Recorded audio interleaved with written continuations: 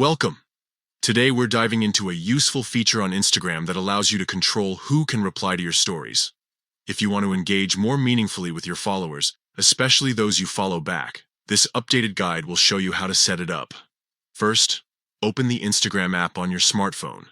Make sure you're logged into your account so you can access all the features available to you. Next, click on your profile at the bottom right corner of the screen.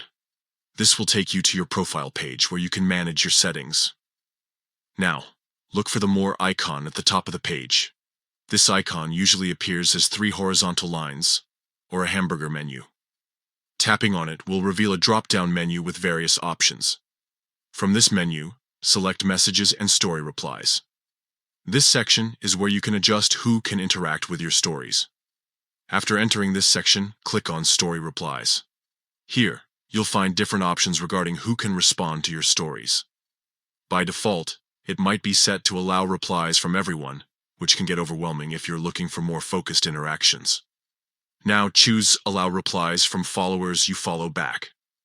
This option ensures that only those accounts that you have followed will be able to reply to your stories. It's a great way to foster a more intimate connection with your audience while keeping unwanted responses at bay.